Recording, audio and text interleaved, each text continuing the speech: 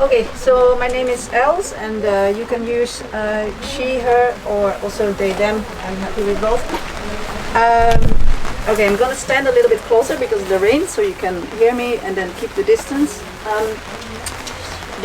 Today we're gonna talk about Sluit Vion or Shut Down Vion or Vion Schließen, which is a campaign that is now run from the Netherlands, but our intention is really to increase it and to include Germany.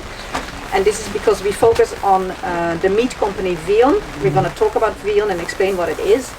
But already I can tell you now that Vion is actually super big in Germany as well. So this is a good reason to expand the campaign.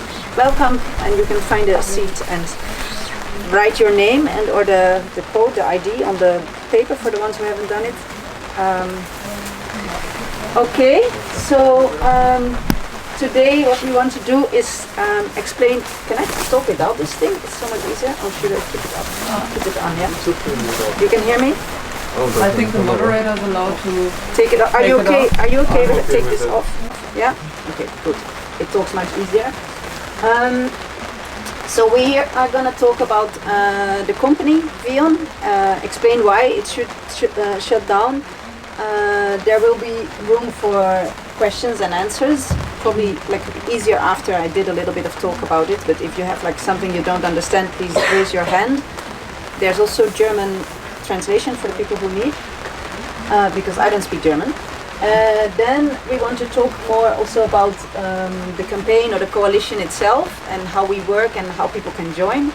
Then again, of course, there's possibilities to ask questions. And then at the end, we want to make it more interactive and see if people can maybe want to come up with some ideas for actions or organizing. So yeah, that's also because what we want to get out of this is try if we can find some maybe affinity groups that want to also get involved.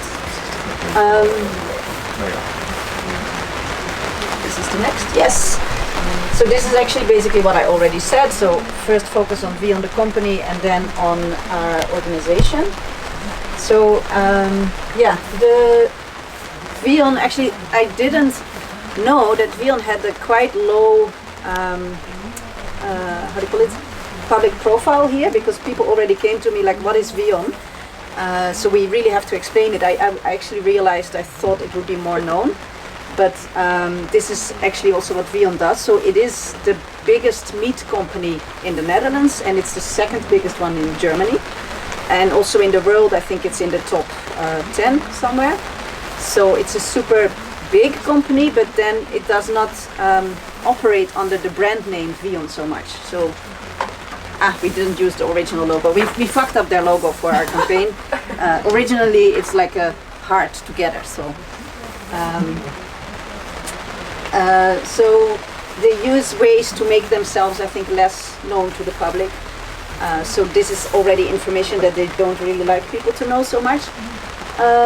So yeah, the size of the company. If you look at the turnover, it's about 5 billion euros annually that they have as turnover, as revenues.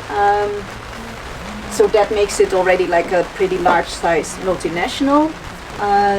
Their profit actually is officially quite low, relatively. And they actually it's like a follow-up from a company that existed already 100 years ago in the Netherlands. So started as a small slaughterhouse in the city of Bokstel in the south of the Netherlands. Then it has increased like slaughterhouses do. They buy other companies, they change their names. So even the name Vion is quite new. It's only like 10 years old, I guess. And it has always been operating as an export slaughterhouse.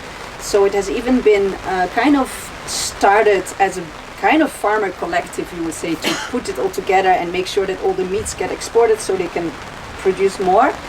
And it is still very much focused on this export. So about 80% of what they produce goes and is sold in like UK, France, Italy, also China. It goes like all over the world.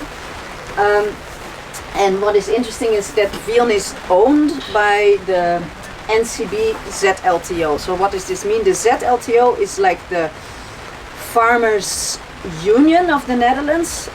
It's like a cooperative. It's not really a union. They mostly do lobby work, and they unite farmers, and most of the farmers are member, including plant-based farmers, but also animal farmers, so all kinds of farmers. And then they have like an investment fund, which is called NCB, and the NCB is the sole shareholder of Vion. So you would expect that then the farmers are really the shareholders, and they get the interest, or how do you call this? Not the interest, what do you call from shares? Dividend? Yeah. But the dividend actually apparently does not go to the farmers directly. It goes to this company, the NCB, who then invests it in other meat companies and stuff. So we're not yet sure, but we think that the farmers do not benefit as much as they might think from Vion, unless it's, like taking their meat. So this is a little bit about the company we have. So what we do is we have a website that gives you more information. We also collect more information about the company. We produce also blogs and stuff. We try to collect more information, especially like information that is really relevant for activists, and we hope to share also more. Okay, this is not very clear, but they are located. The head office is in the Netherlands, in Bokstel, and in Bokstel is also the biggest slaughterhouse, which kills pigs. They kill 20,000 pigs per day there, so it's one of the biggest. It's definitely the biggest in the Netherlands, one of the biggest in Europe. And then there's a lot of also companies that they have in Germany, and there's one new one in Belgium. So now they are in 3 countries. Belgium is not yet on this map. This should be a map, but the colors don't show. So you can see, like in the different places, like for example nearby in Amsterdam, they have a pig slaughterhouse, and there's also a few cow slaughterhouses. But I'm going to talk about the animals a bit more. And some of these places are not slaughterhouses, but they are processing facilities where they make smaller parts of the dead bodies, something like that. Yeah. So the animals. So Vion is big on both pigs and cows, and their specialization is on dairy cows. So they are really the big dairy cow killer as well. It's 15 million pigs per year as a whole company, and of those 5 million are killed in the main slaughterhouse in Bokstel in the Netherlands. So this is really the huge one. And it's the figures are that most of the Dutch pig farmers, so more than half of the Dutch pig farmers, send their pigs to Vion. It's not contracted, it's like a free market, so it's not that when this farmer sells it once to Vion, then the next time you will sell again.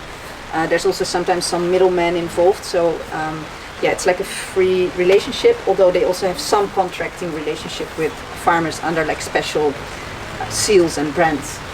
And also in Germany, this is quite big, so it's more than 1/3 of the pig farmers of Germany sends their pigs to Vion.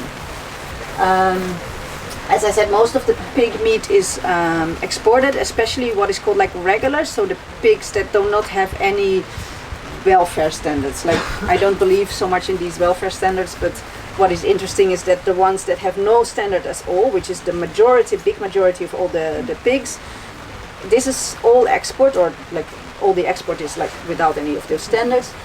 And then the standards that we have in the Netherlands, for example, one is called Better Living, which is really like a ridiculous thing.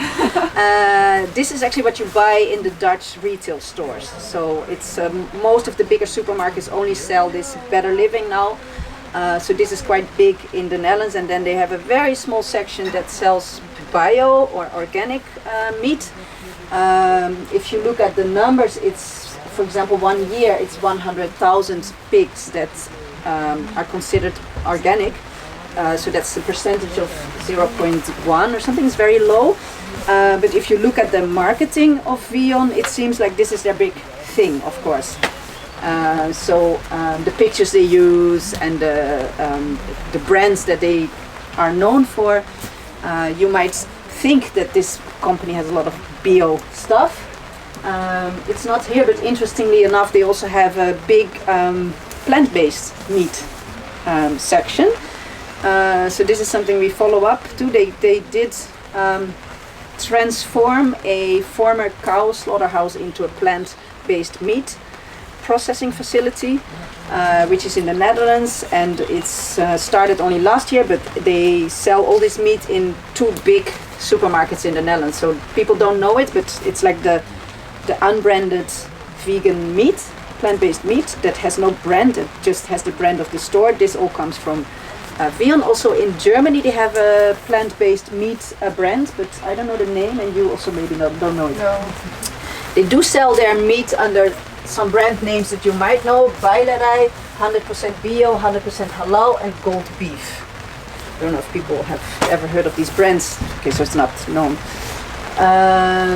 In the Netherlands they also have a very well-known store which is called the Groene Weg, the Green Way, and this is where they sell all the bio-organic meat, and this is what people know. So the Groene Weg is very known. It's the biggest bio butchery store of the Netherlands, and this is also why we have started to do actions there in front of the stores, because people really don't know Vion, and people also go there to these stores because they think it's organic and good life and stuff. So we give them these leaflets with information, and do like a bit of picketing in front of the store and being like very annoying, and like shouting with megaphones and stuff.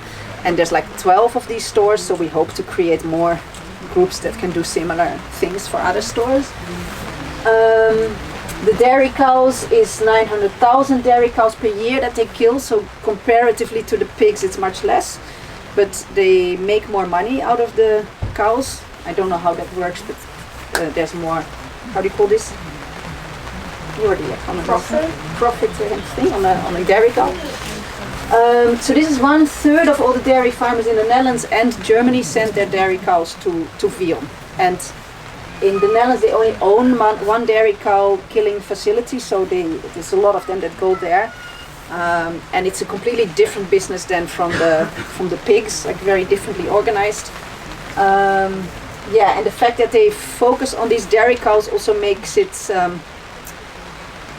how to say this, maybe interesting, or kind of, we should follow up on that, because especially some of the slaughterhouses in Germany, they have been known for a really bad abuse of the cows, because a lot of the dairy cows, they come to the slaughterhouse when they cannot walk anymore, for example, because that's when they're sent away.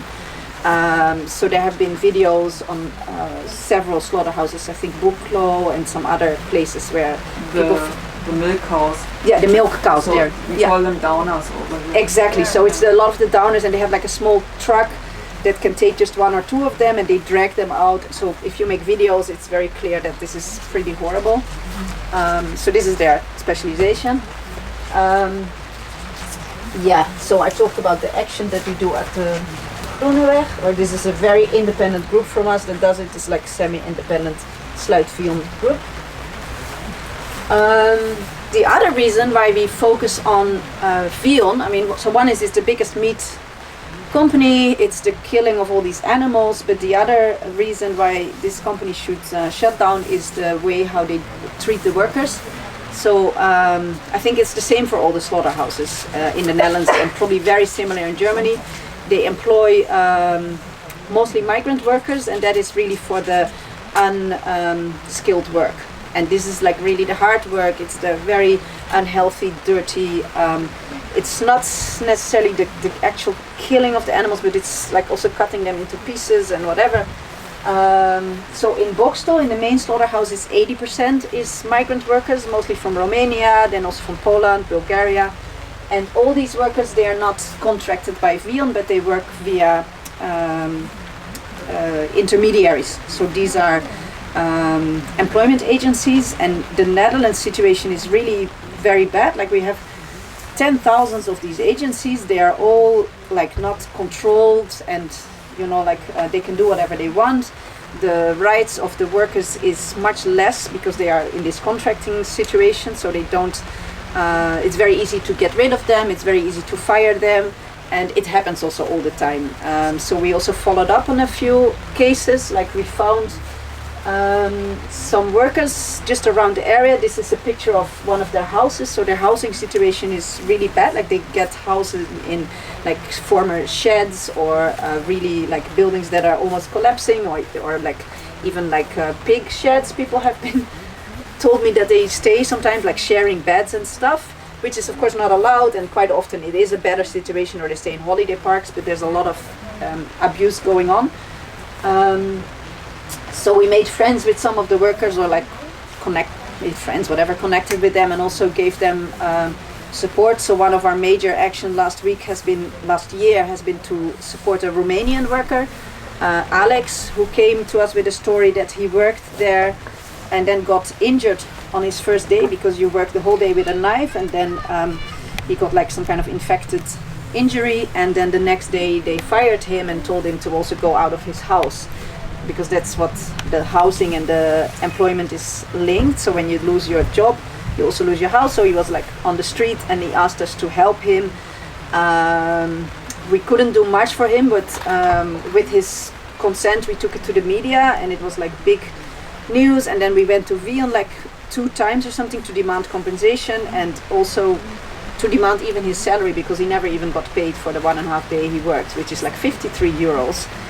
So, but at the end they did pay after 3 months or something, but this was like a big thing, and was a lot of effort. And one of the good things I think is that Alex, it was really like a solidarity support action, and he is like still very kind of, like we still have good contacts, and it's like really good to see that we could actually do something relevant for him. But of course, for all the other workers, it's still very difficult. What we do, or try to do more regularly, is now handing out flyers to workers. Like here in Germany, people are a bit better organized. Now they have to be contracted by the company themselves. There's some unions that are focusing on them. In the Netherlands, it's, I think, a bit, definitely the situation is worse, because people are not contracted by the companies themselves. And also we found out they are very badly informed. So we have flyers in 5 languages with just basic work information. Like you have the right to get a contract, it should be in your own language, you have health insurance, like those kind of things.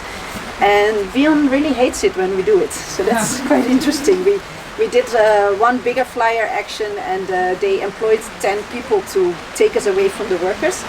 So we're going to do that more often and annoy them. And of course there's the health risks with COVID. So Vion also is the company that had most of the COVID outbreaks of all the slaughterhouses.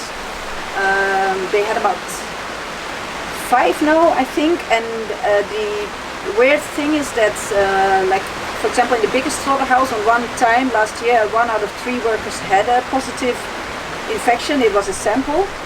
But like they never like even went on to testing all the workers, which would be a logical thing, or put them in how do you call this, separation or something? Quarantine. So we've been constantly pushing for this and putting attention and making demonstrations and stuff, but there's a very close collaboration between the company and the municipality, of course. So this is also how they are really supported in the local community. Then I think the next one should be on environment. I don't want to talk into the environmental impact of the slaughterhouse so much, because I also hope that people already know a lot about it. Of course, when we talk about the environmental impact, it's not just the slaughtering itself, which of course creates, uses a lot of water, for example, but it's really also about the whole keeping of the animals, and of course destruction of the Amazon to make soy, etc. So there's a huge environmental impact from companies like this. There's been some investigation, some research about soy that's really within the Dutch companies. Like Vion is the 5th biggest company that makes profit on the import from soy from Brazil. And another investigation has been done by Friends of the Earth that claims so the amount of CO2 that Vion as a whole chain produces is, now I don't have the figures right. It's 1/3 of the whole transport of the Netherlands or something. So it's like super big. It's like in the top 10 of the Netherlands. So we had a few actions around that one, that as well. The returning water this was more local action. So they have this big slaughterhouse, and then of course they also create a lot of waste with that, and there has been a situation that the waste was really overflowing from the containers that they have, the wastewater disposal, and it got into the local river system. And there was also, it was in the media, but nothing was done, and Vion just said, oh, it's the company's mistake, it's going to be solved.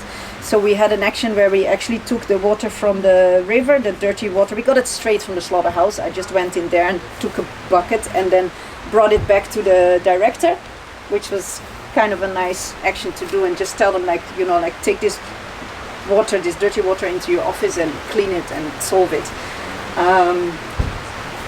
And we had another action. This is what you see on the picture, where we did a blockade of the slaughterhouse. Like, usually people do a lot of blockades with chains and stuff. We decided not to do it, keep it very simple, and I think it was really effective. What we did, we just went in front of the entrance where the pigs go in.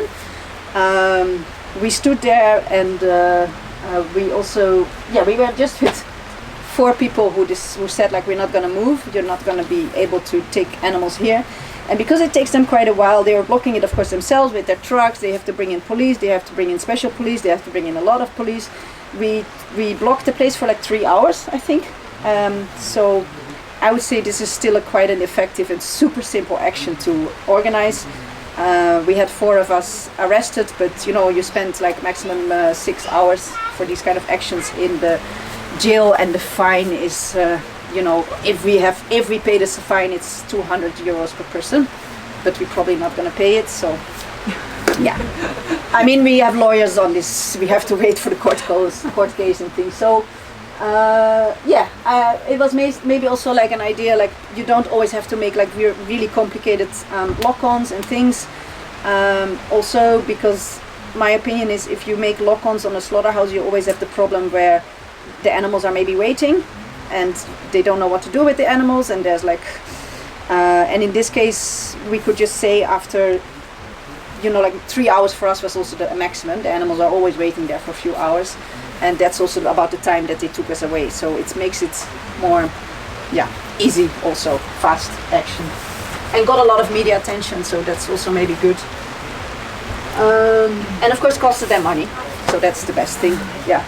And then we also, hope to work a lot with the local residents. And the interesting thing is, so the big slaughterhouse in Boxtel, where our attention has been focused on mostly, is in a relatively small town, 30,000 inhabitants, and it has been there already for a century. So the people are really connected with the slaughterhouse, and it used to like provide a lot of employment, of course, and everyone there knows someone who works or has worked for Vion.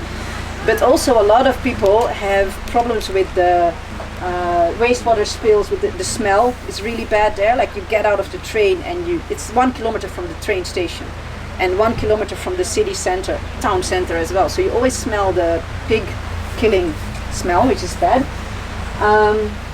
So there's quite a lot of internal division in the town, and we hope to kind of try to switch it and balance it towards negatively and get Vion out. One of the actions that we've done now to focus on the residents is we created a paper. We didn't bring it somehow, but it's on the picture. It's like a complete like newspaper with all kinds of information, and we put it in everyone's mailbox. So we had a weekend of putting it in people's mailboxes, and a small, also like a small demonstration kind of thing in the market center of the town. People could come to us. We had like a nice small anarchist band playing music, so I think that was like a really nice action as well. And I think this is probably the last. So maybe there's some questions about Vion itself and why it's a shitty company before I go into how we are organized. Nothing? Nice. There's more information on our website, as I said. It's also in English and in German, so it's in all the languages. Now, what do we want as a campaign? So we are called Shut Down Vion, which is sometimes a bit of a problematic name, especially when we talk with workers, for example. So what we want is, we want the company to shut down or transform in something very idealistic, which is like a place that is animal friendly, which means it does not do anything with animals at all, or it could be a sanctuary or something. It takes good care of the workers. Basically, we want more than that. We want the workers also to kind of own the company, but yeah, that's also pretty difficult to put in these sentences. It does not cause any nuisance to the residents, to the neighbors, and actually makes a positive contribution to the environment. And also means it has to be completely in a different ownership structure and different corporate structure. So it can shut down, and then we can make use of the facilities for different purposes, basically, because it's nice buildings that are there anyway. We are a coalition of several organizations. You see them up there. Cage Undefined, which is doing websites and technical support for animal activists. There's Animal Rebellion, the Netherlands is part of the coalition. Alle Dieren Vrij, which means liberate all animals. Vrije Bond is the free union, it's an anarchist union. Earthlings is doing outreach kind of organizations, and there's the Autonome Brabant, which is also a local anarchist group. So we are quite, have a lot of, Alle Dieren Vrij is also like a collective liberation kind of organization. And what we say is that anyone who supports our mission and values can do actions under this name and also use that name and hashtag. They can inform us if they want. They don't have to, like, you know, you can also if you want to inform us afterwards, we can give it attention in our social media and, work together. We do have some values that we want people to like understand and support. So definitely we work without hierarchy, and we are anti-authoritarian. We also do not work with the government. We are against all forms of oppression, and we really try to build that strongly into the organization. We are therefore also anti-speciesist. So for us, anti-speciesism is part of being anti-oppression, but we want to give it separate attention because it's just so often ignored or not even known. Plus, speciesism is one of the forms of oppression that is still legalized, of course, so it's completely accepted. So we thought it would be important to mention it separately. We are not supporting any welfare improvements. We just want the whole animal system to be completely gone. Against any violence against living beings. So we're not completely like anti-violence or something like that, but it's about living and sentient beings that we do not want to hurt them. Which includes, for example, also we are against bullying, intimidation of humans. So we don't want that kind of behavior. Anti-capitalists, and we strive for ecological sustainability in all our actions as well. Is this the last? No, there's one last one. There's a few actions, but I think I've talked about the actions. Maybe one thing, like we really, when we started, we formed this campaign around some ideas about corporate campaigning and also target like secondary, how do you call these? Secondary supporters, secondary companies. This is a bit hard because Vion also, as I said, it is not a very known brand. Then it has some brands that are known that could be targeted, and some organizations that support it, like the Groene Weg. And we did target one famous cyclist who is called Tom Dumoulin. He's a Dutch cyclist. He cycled in this Tour de France, so he's very known in the Netherlands. He got sponsored by Vion. So we did like a small social media campaign, and we just also wrote them like, stop this sponsoring, it's bad. And they did stop the sponsoring, and they informed us about it as well. So this was very nice success. Yeah. So we're trying to go after more of these sponsor projects, and also like a small petting zoo, which a local petting zoo was also sponsored by them. So we also wrote to them, and they also stopped the sponsoring. So we want to do more of those kind of things, but they're not big in sponsoring. So it's a bit hard to find ways on how to really target them, and what would really be, what they would really feel as a company. The last one is just how can you help or how can you join? There's like how we are organized is we have a core team, and it's now like 5 people representing these organizations, but they're also there on an individual basis, so they not necessarily actually really represent the interests of Animal Rebellion, for example. we are always open to have more people in the core team. Our meetings have always been online. We are only like 13 months old, so it was all because of Corona anyway. We are now, most of us are based in the Netherlands, except for one. And we really would like to increase towards Germany. So one reason is Vion has even more slaughterhouses here. So I think half of the animals are probably also killed in Germany. Also, I think they sell a lot of stuff in Germany, but we don't even know the market so much yet. So it also needs some investigation. And what would be really cool is to have actually groups here in Germany taking up that kind of work if they want. And maybe just a little bit on the promotion, like for me, working on this very specific, like targeting this very specific company, I really like it myself. Like before I was just targeting like sectors in general, like fur or whatever, or like the poultry industry. If you focus on one company, you can just collect a lot of information and really get a lot of insight in that company and find out what are the weak points. And I also think while we are talking about Vion, we should just also talk about that industry in general. Like it's not because if Vion disappears, we still have a meat industry, etc. But I think it does make sense to really focus on one, get all your information, get all your actions towards this particular company and everyone engage with them. It can be quite effective, and at least for yourself it can also give a lot of gratification when you notice that you really pissed them off, for example. Things like that. So if people want to join Site Vion or Vion Solution, there's like many different tasks also that people could took up, but we are super happy with if people are interested. Like designing things or making posters or whatever. As I said, we also organize that anyone can do actions themselves anyway and inform us. Like I think people are currently making stickers and banners and stuff anyway.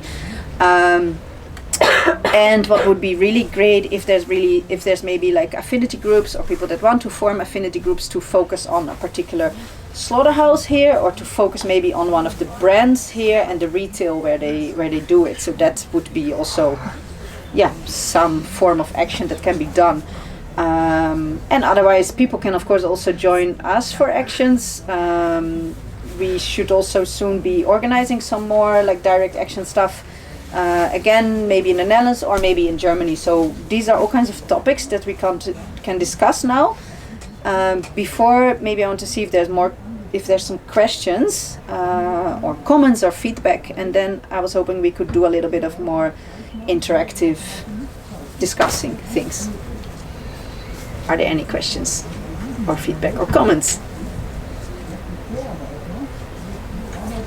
Yes, please. Is there a map where like Vion is the middle point, and then I don't know if I won't saw it, or it would be cool to know which smaller companies, because I never heard from Vion, but I know many of the other companies, so maybe it would be cool to know which companies also in Germany, to make a map. Well, that's the only map we have. But I think you also think about the symbol. But you also mean like these other companies, right? This one. Yeah, you mean maybe like we need more like a map, like there's Vion, which has all the slaughterhouses and stuff, but then they have retail, right? This, like... I mean, there's like this Nestle thing, and then they have all the daughter companies, like that, so you know which. But you also said that you don't know all the companies here in Germany. So it would be cool to have this map to know which companies are all under the Vion umbrella, whatever. Like a diagram, right? That we make ourselves. Yeah, exactly. So I have this only for the Dutch situation. Like I know the retail. There's a few that they have contracts with. There's the Groeneweg that sells the organic meat. It's very hard to find out what are their how do you call it, that deliver services to them. It's all like we've done a few freedom of information things that you can get information from the all kinds of documents. That everything is made black, of course. So even in their own like, audits reports, it's very hard to find out like which companies they collaborate with, because that would definitely also help. But yeah, we know a little bit about the money streams, the banks, the auditing company, like those ones. But that work needs to be done for Germany, and then it would be a good idea to actually publish this diagram. Yeah. So I think if we have the German information, we can. Yeah. So if anyone wants to help with that, that would also be super awesome. Like we have already one person, but it needs more support.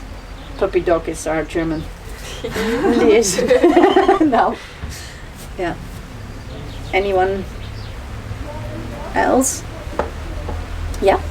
Yeah, thanks a lot. I heard about Vion and the campaign from social media, but I didn't really follow up. So it's good to get some insight. It seems like a really good campaign. Thanks. One question, it goes a bit into like the strategy discussions. Yeah, I like that. Since you're focusing on one big company, do you think it's the possibility when you basically defeat them that other big corporations just fill the space? Because the consumption doesn't go down. Yeah, I think that is. I think every strategic choice you make has these kind of advantages, disadvantages. But on the other hand, we don't actually know if that really happens, right? Like this is what they probably also say. Like, but maybe our enemies, right?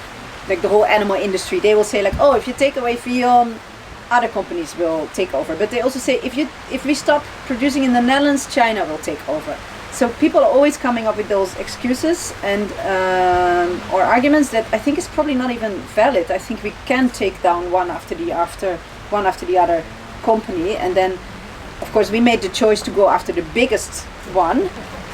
Another choice would of course be to go after the small and weakest ones first, which is, for example, Stop Slaughtering in Chicago campaign or something is a really cool campaign to find out. So they're based in Chicago. They want to close down all the slaughterhouses there, which is cool because Chicago also started the first industrial slaughtering, and they go first after the small ones, the weak ones. So of course it makes kind of practical sense. I think in our case we are very realistic that we're not going to close down this company soon, but we want to close it down. Like we are also serious about it, and maybe in the meantime when we close down Vion, some smaller ones will also, like go down in the mess it makes. But yeah, I think it's a strategic choice that is not necessarily built really on empirical facts, like this is how it works. There's people who have like really good arguments for doing this, for going after one corporate, and there's also people who say like, no, this is ridiculous, we should focus on the consumers and like changing their minds. I do think what we do a lot is trying to also focus on the like this, what is in people's mind, right? And then like by giving a lot of information about Vion and how it works, and like using social media for that. The social media focus unfortunately is also quite strongly because we got created in the COVID times, but I hope we can be more, like physical stuff as well. Yeah. Are there any other questions? Yes? I'm sorry, I joined later, but does Vion also have companies or sell their products in France? Good question. I think they probably have, but it's not known to me. Yeah, they do sell a lot in France also, yeah, and actually what I heard is that they bought recently a slaughterhouse in Belgium for cows, and with specifically aiming to target more that south part, like on retail. But we don't know if they have special retailers or what. They do have some information about their brands on their website. So this is what I just got from the German brands like Bailerai, 100% bio, but apparently people even don't know that. So yeah, maybe those brands are also to go to the supermarket and find out, I think. Yeah. Although even that is very hard. Like, it took me a long time to even find out where the brands in the Netherlands are, because they are sold as a house brand of the supermarkets. Like, called house brand, or like an unmarked brand. And then even when you go to the supermarket and you try to follow the, you know, like the what is on the back of the package, you don't never see anywhere that it comes from Vion. So it seems to come straight from the supermarket, and then you just have to find out that they have a contract and 100% comes from Vion. So I think they probably operate the same in France. Like, you wouldn't, it's very hard to find out. Yeah. But any kind of information that people also have and find out would be awesome if you could share it with us. The website has the contact details and the, yeah.